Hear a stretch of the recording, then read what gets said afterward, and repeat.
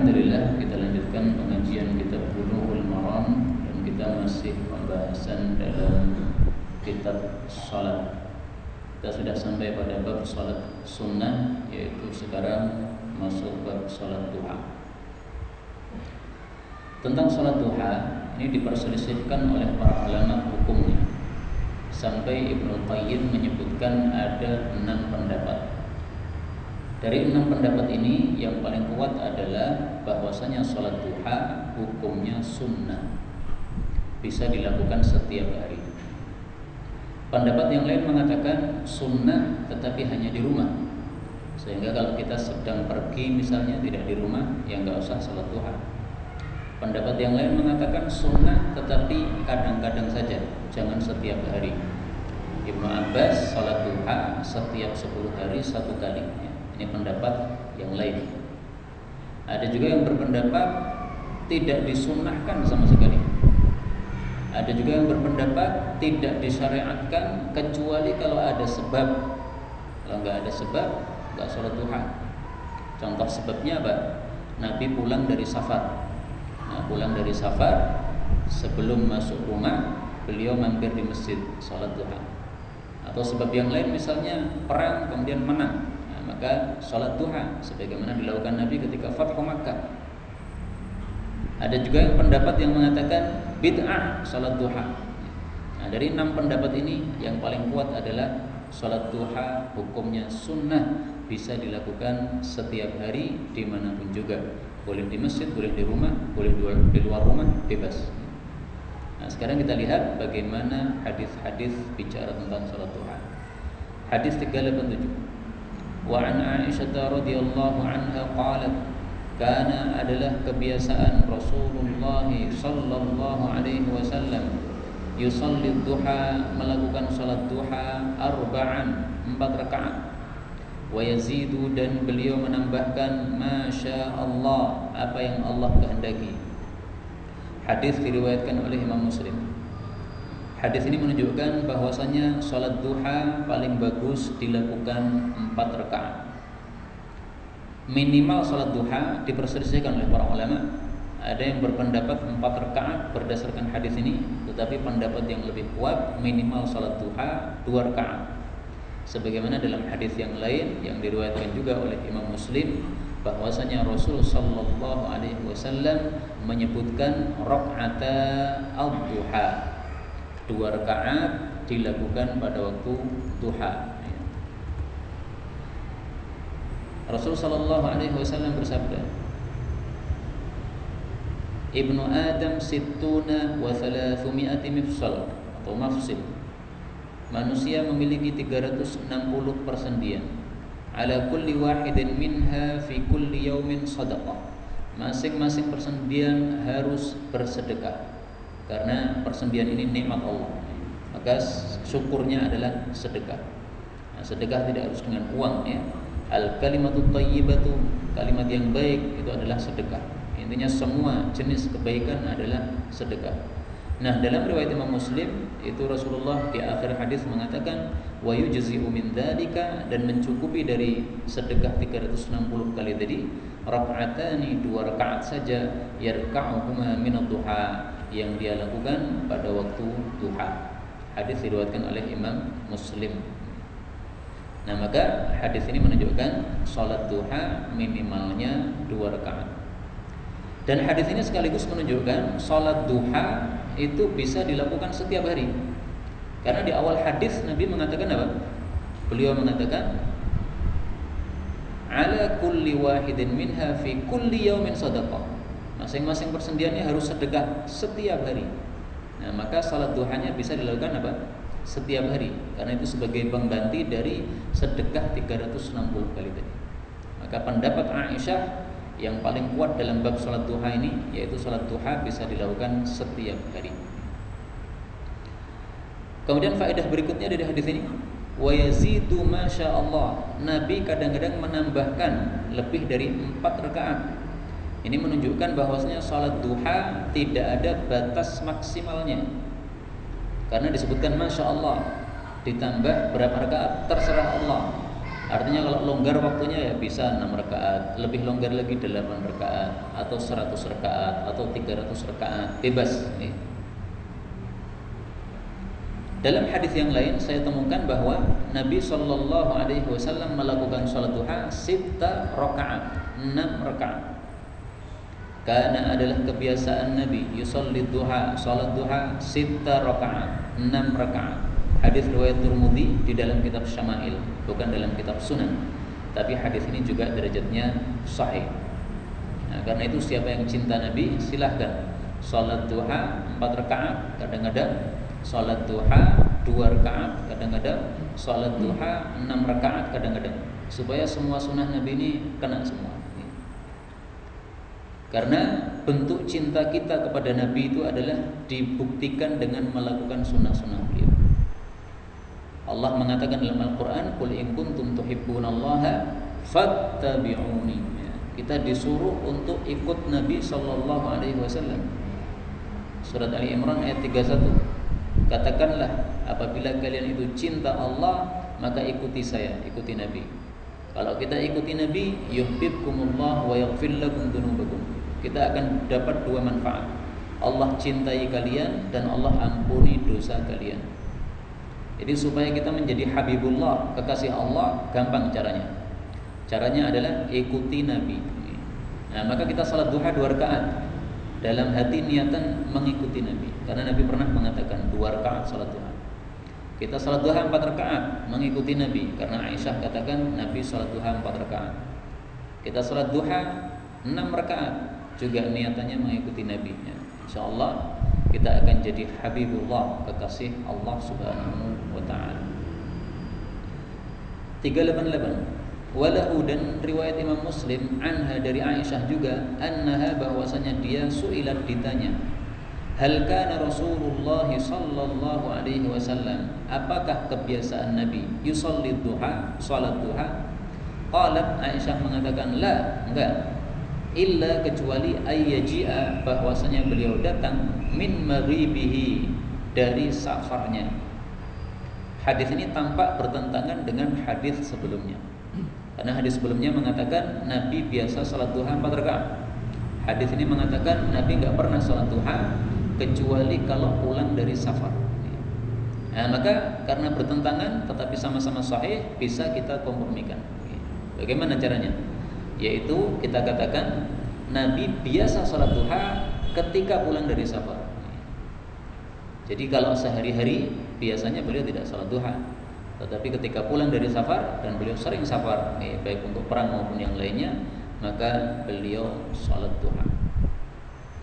Tapi jawaban ini masih bertentangan dengan hadis setelahnya, yaitu hadis 389.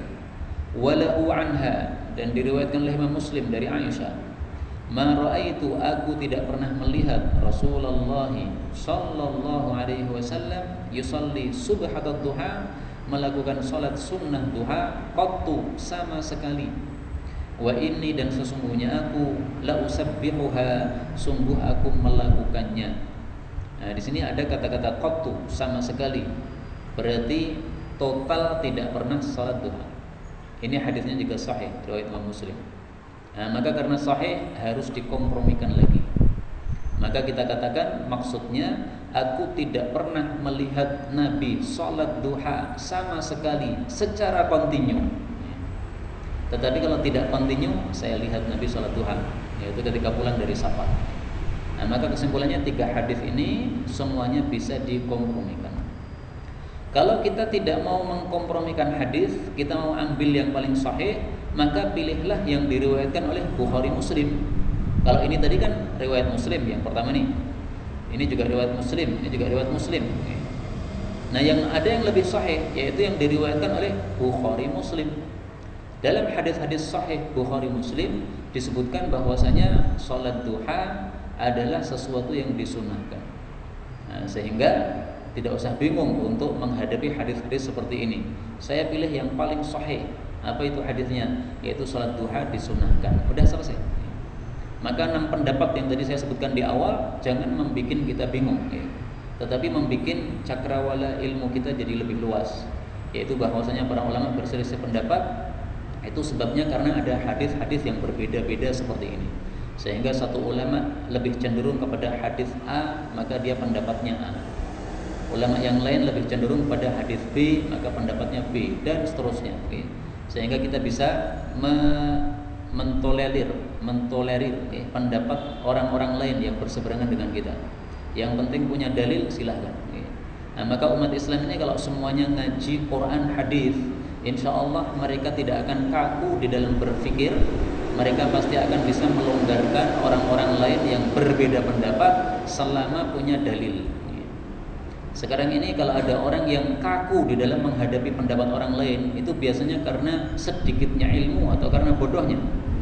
Misalnya nih, ada orang salat mengimami, dia tidak menjaharkan bismillah, dia bismillahnya disirkan.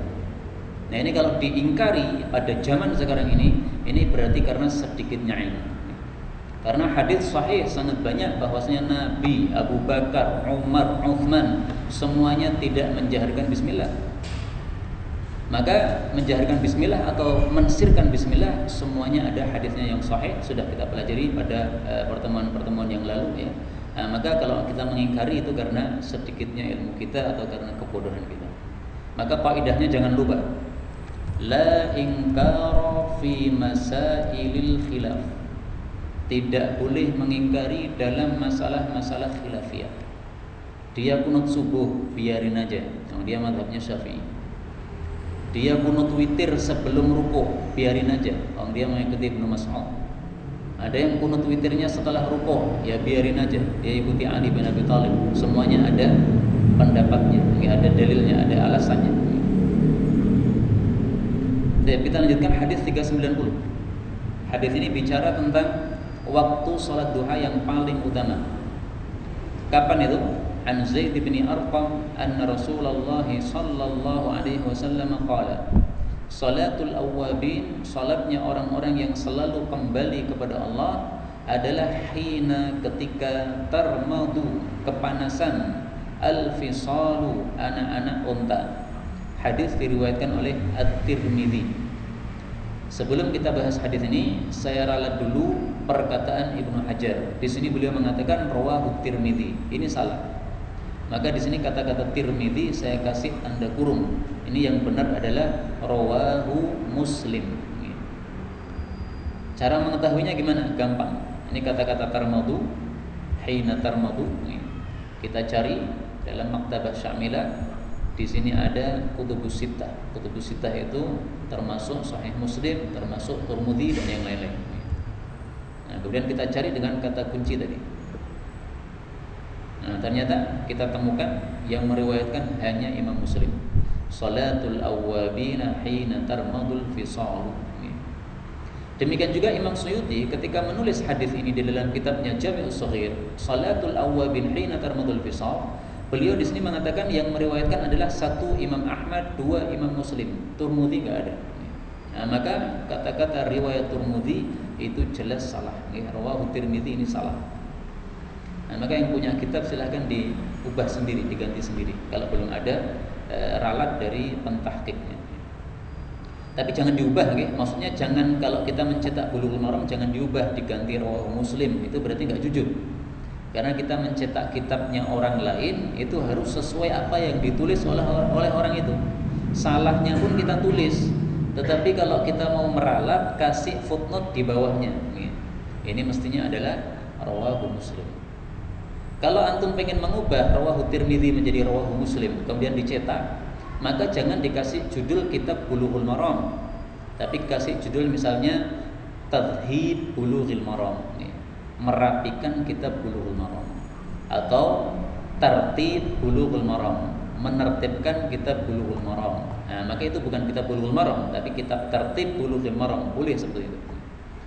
Dan saya punya pemikiran pengen sekali untuk mentartib kitab Bulughul Maram ini. Karena dari awal majelis sampai hari ini sering kali kita dapatkan kesalahan dalam kitab Bulughul Maram. Ya, sudah ada berapa Mas yang salah? Banyak ya, enggak dihitung.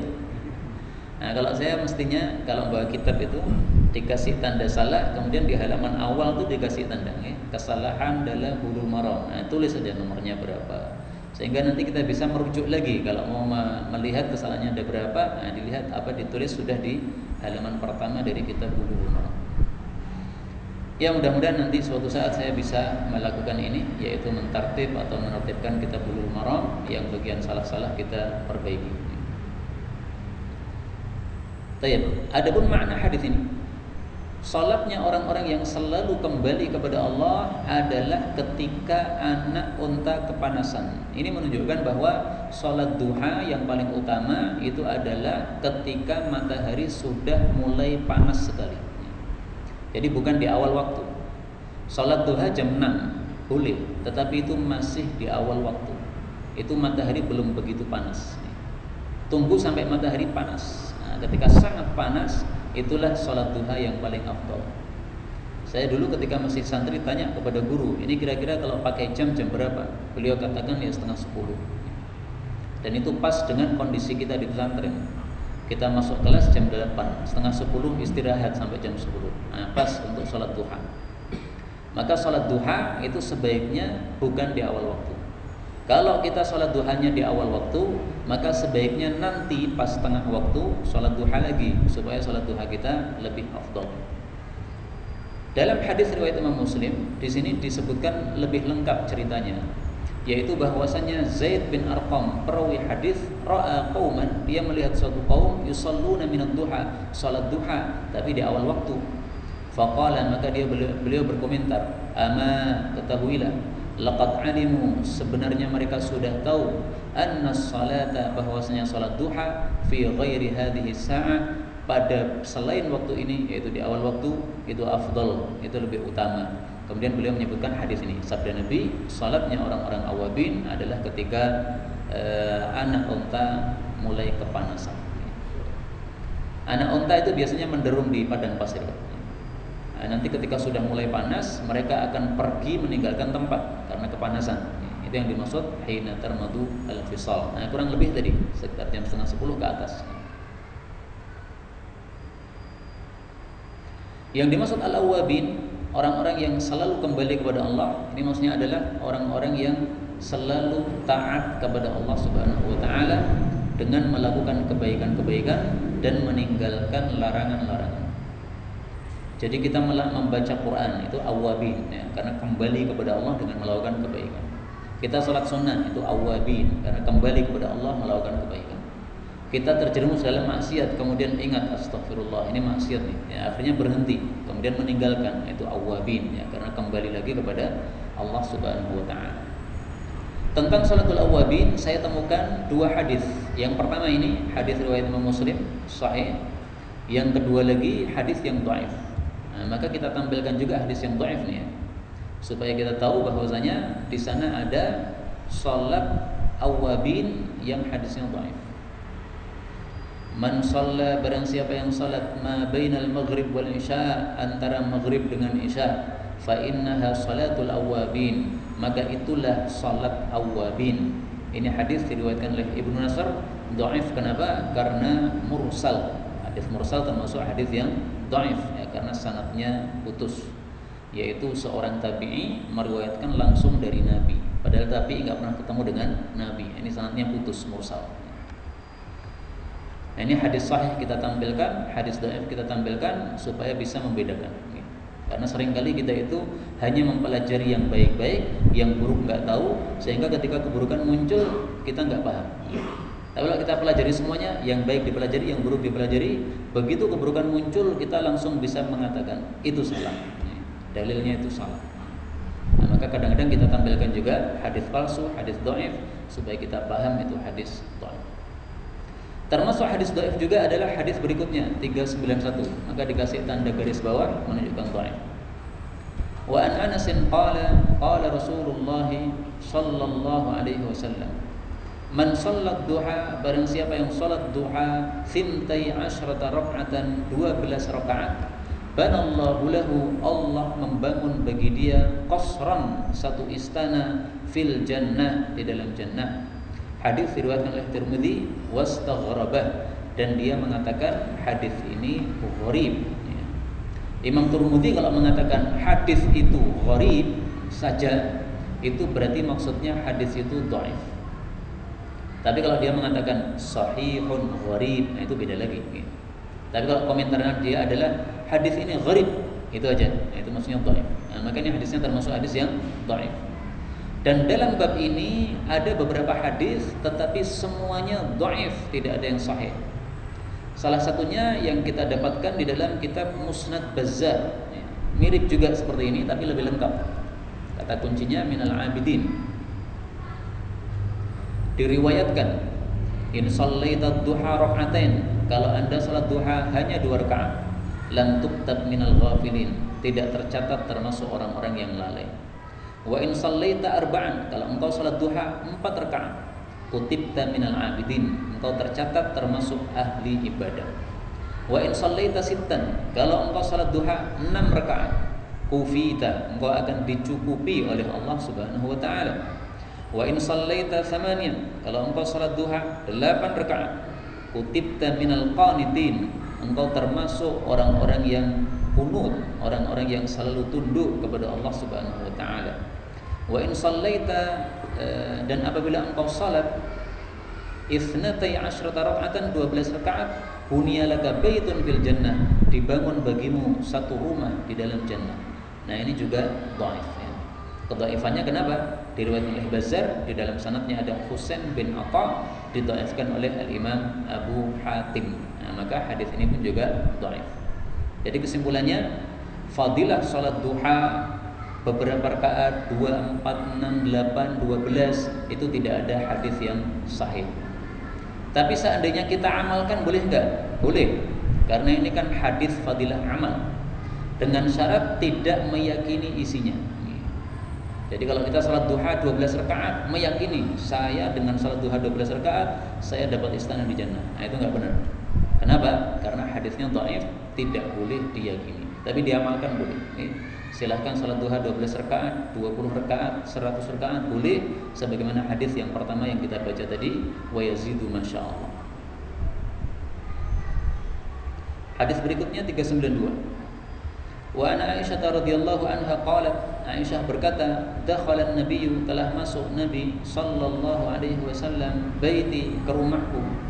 Fa shallat duha, lalu beliau salat duha 8 raka'atin, 8 rakaat. Hadis diriwayatkan oleh Ibnu Hibban di dalam kitab sahihnya, tetapi hadis ini derajatnya dhaif karena sanadnya munqati'. Munqati' itu putus. Sehingga yang benar hadis ini dhaif. Apakah Nabi pernah salat duha 8 rakaat? Pernah, tetapi yang meriwayatkan bukan Aisyah. Yang meriwayatkan adalah sahabat Nabi yang lain, yaitu Ummi Hani. Nah, kita lihat hadisnya dalam kitab Sahih Bukhari dan Muslim. Kata kuncinya wadzalika duha.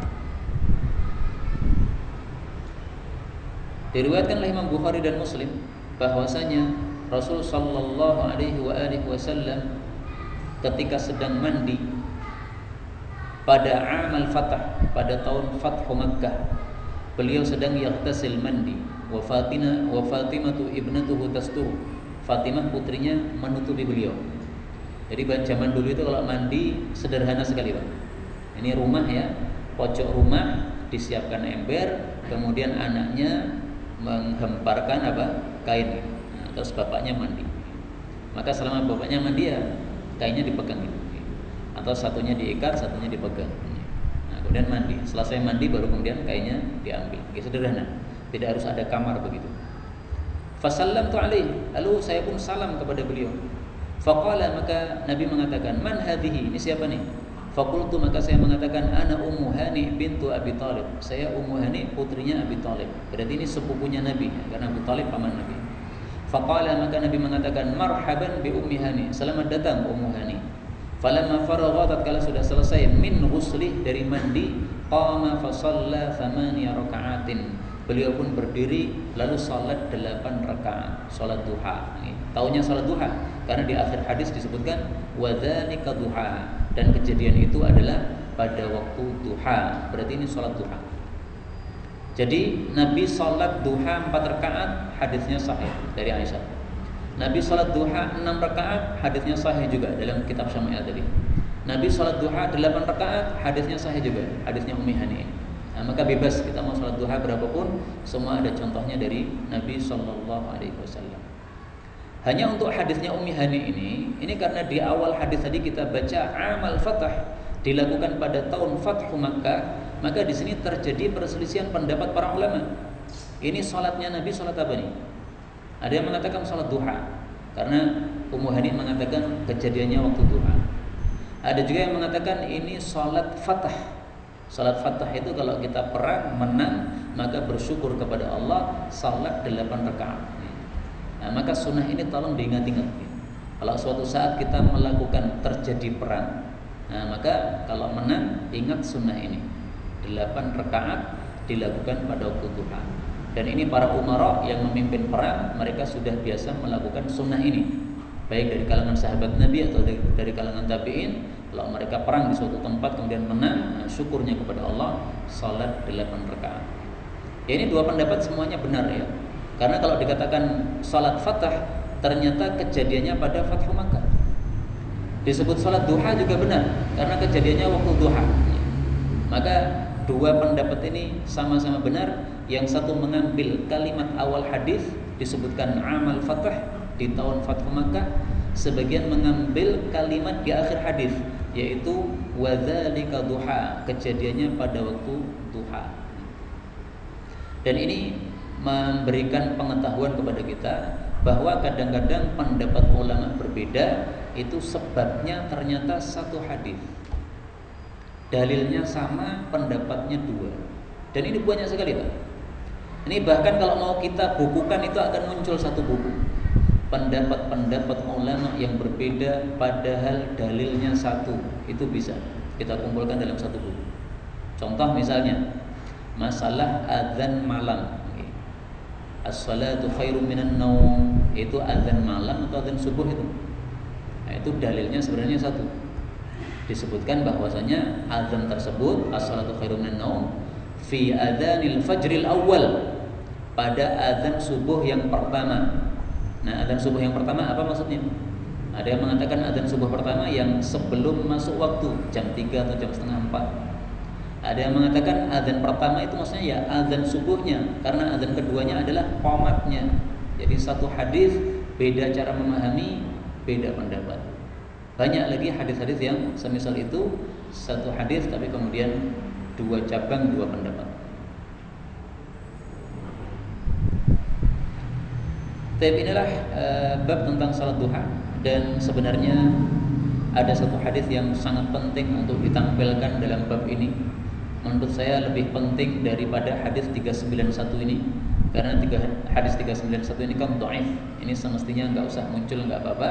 Tetapi hadis yang sahih yang sangat bagus untuk ditampilkan adalah sabda Nabi sallallahu alaihi wasallam, "Akfika akhirahu." Qala Allah Ta'ala, Allah Ta'ala berkata, "Ya bani Adam, wahai manusia, shalli li 4 raka'atin, salatlah karena saya 4 rakaat, min awwalin nahar, di awal siang, yaitu salat duha. Akfika akhirah, niscaya aku akan beri kecukupan kepada engkau di akhirnya." Nah, maka siapa yang ingin dicukupi oleh Allah dalam setiap hari, silahkan setiap hari salat duha 4 rakaat. Ini yang menjamin dicukupi oleh Allah bukan saya, tapi Nabi yang menjamin. Nah, maka siapapun kita pasti senang kalau dicukupi oleh Allah, dicukupi pahalanya, dicukupi amalannya, dicukupi rizkinya, dicukupi kebahagiaannya, apapun dicukupi oleh Allah ya. Kuncinya adalah sholat duha 4 rakaat. Tapi jangan salah niat ya. Sebagian orang itu niatnya salah. Kenapa engkau sholat duha? Supaya duit saya banyak. Nah, itu salah. Artinya apa? Kalau nanti duitnya sudah banyak, dia udah tinggalkan sholat duha.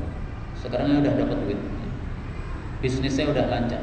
Nah, sekarang udah nggak perlu sholat duha lagi. Nah, itu salah.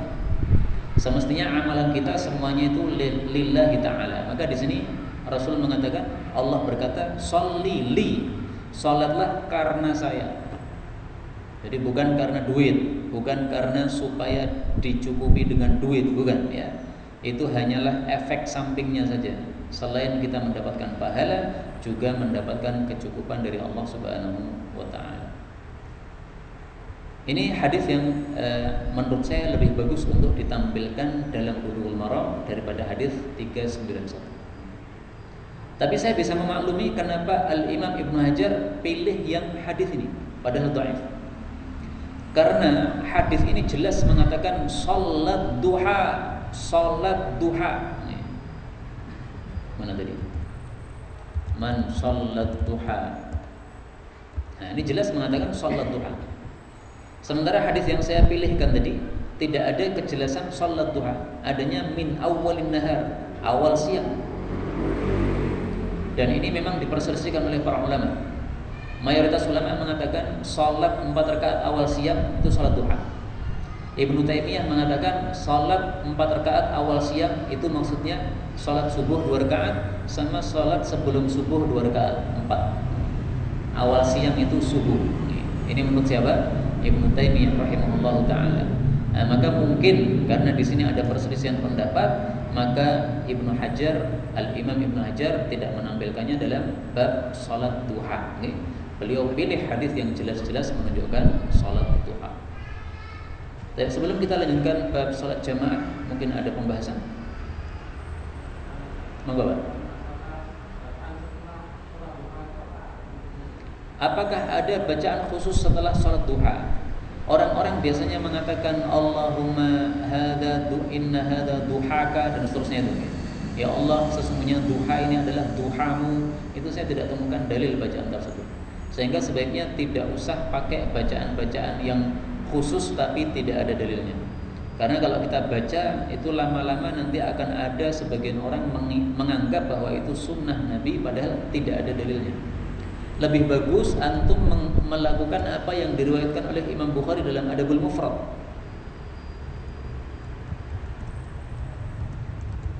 Bahwasanya Rasul sallallahu alaihi wasallam salat duha, kemudian beliau mengucapkan wirid berikut ini.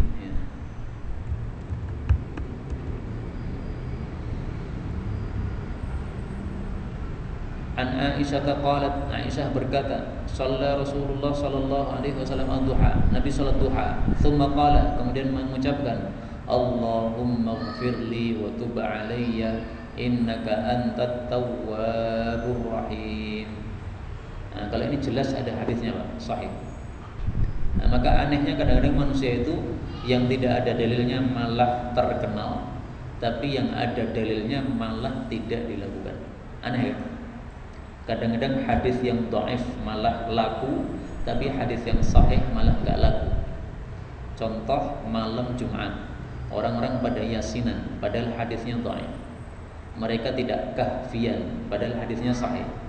Tapi alhamdulillah sekarang sudah mulai banyak yang kahfian pada malam Jumat. Nah, ini doa ini, Allahumma ighfirli wa tub alayya innaka antat tawwabur rahim, ini dibaca setelah salat duha hatta qalaha mi'ata marrah, sampai diulang-ulang 100 kali. Kenapa Pak? Senyum Pak? Kakean? 100 gak banyak Pak. Seandainya kita berangkat dari rumah menuju ke tempat kerja, itu membaca ini 100 kali dapat Pak, ya kan? Maka sebenarnya ini gak banyak ya. Tapi kalau kita duduk nunggu 100 ya lama, dimeniti pada berapa menit nanti ya. Mungkin 5 menit, mungkin 10 menit ya. Tapi intinya ini sunnah mudah untuk diamalkan ya. Maka silahkan salat duha itu sunnah Nabi, kemudian wirid Allahumma ighfirli wa tub alayya innaka antat tawwabur rahim 100 kali, ini juga sunnah Nabi sallallahu alaihi wasallam. Ada yang lain? Oke.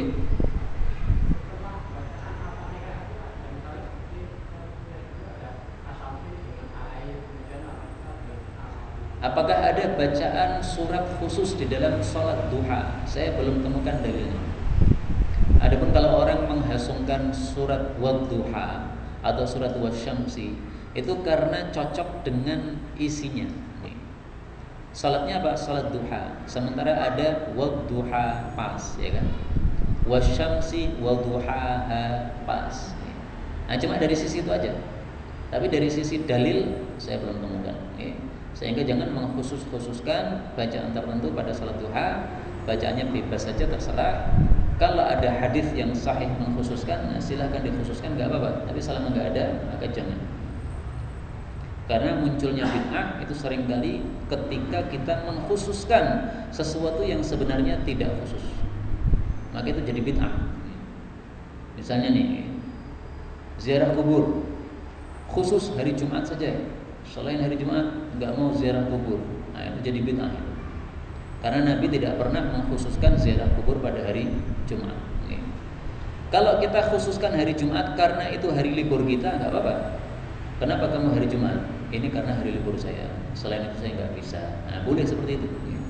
Maka kunjungan kepada keluarga pada hari raya Idul Fitri, kelilingan keluarga, nggak masalah. Karena memang itu longgarnya semua orang waktu itu. Karena kita kunjungan keluarga di hari yang lain, mungkin orangnya nggak ada. Karena semuanya apa? Pada sibuk kerja. Tapi hari raya kita longgar, orang-orang longgar. Nah, maka nggak ada masalah karena itu bukan meyakini itu khusus, tetapi karena kelonggaran waktunya di situ. Coba lagi. Ada lagi yang lain? Tapi kalau tidak ada kita lanjutkan bab salatil jamaah wal imamah. Bab salat jamaah dan imamah. Salat jamaah diperselisihkan oleh para ulama hukumnya. Pendapat pertama mengatakan salat jamaah adalah fardu ain. Sehingga setiap laki-laki muslim dewasa wajib untuk salat jamaah. Kalau kita salat di rumah maka kita berdosa. Ini pendapat yang dipilih mazhab ulama mazhab Hambali. Pendapat yang kedua mengatakan salat jamaah adalah fardu kifayah. Sehingga kalau sudah ada yang salat jamaah, maka yang tidak salat jamaah tidak dosa. Dalam satu kampung kita, okay? Dalam satu gang kita, ada yang salat jamaah, ada yang di rumah. Nah, maka yang di rumah enggak dosa, sudah ada yang salat jamaah. Ini pendapat yang dipilih mazhab Syafi'i. Okay?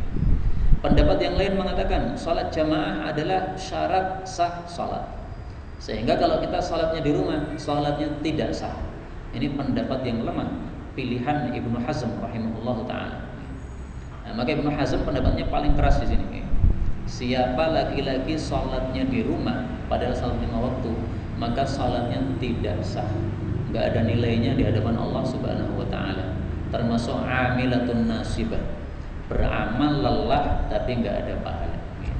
Tapi pendapat yang lebih tepat insyaallah bahwasanya salat jamaah di rumah meskipun itu berdosa, berjamaah. Salat sendiri di rumah meskipun itu berdosa, tetapi apa? Salatnya sah. Dalilnya hadis yang pertama 393. Wa an Abdullah bin Umar radhiyallahu anhuma anna Rasulullah sallallahu alaihi wasallam qala salatul jamaah, salat jamaah afdal, lebih utama min salatil fardhi, daripada salat sendiri, bi 27 derajat, 27 derajat. Hadis muttafaqun alaih. Nah, di sini Nabi katakan salat jamaah lebih afdal daripada salat sendiri. Salat sendiri 1 derajat, salat jamaah 27 derajat. Berarti apa? Salat sendiri sah. Karena kalau salat sendiri tidak sah, kalimatnya tidak akan seperti ini. Tapi menurut saya berdasarkan hadis ini, kalau ada orang salatnya pilih di rumah, itu orang yang mikirnya kurang benar. Kalau mau bahasa kasarnya, orangnya bodoh. Bahasa kasar Pak ini. Tapi saya lebih suka pakai bahasa yang agak lembut dikit. Mikirnya kurang bener itu. Pilih mana? Kita dapat laba 27 atau dapat laba 1? Kita jual apalah? Kitab atau jual apa ya? Pilih laba 1000 atau pilih laba 27.000? Pasti semua kita maunya laba yang lebih banyak. Kita kerja sama-sama dari jam 8 sampai jam 4. Pilih gaji 1000 atau 27.000? Kalau kita pilih gaji 1000, mikirnya enggak benar itu. Nah, maka kalau masalah duit saja kita bisa hitung-hitungan seperti itu, kenapa masalah pahala kita enggak bisa hitung-hitungan seperti itu? Wallahu taala alam bisawab. Subhanakallahumma rabbana bihamdika asyhadu an la ilaha illa anta astaghfiruka wa atubu ilaik.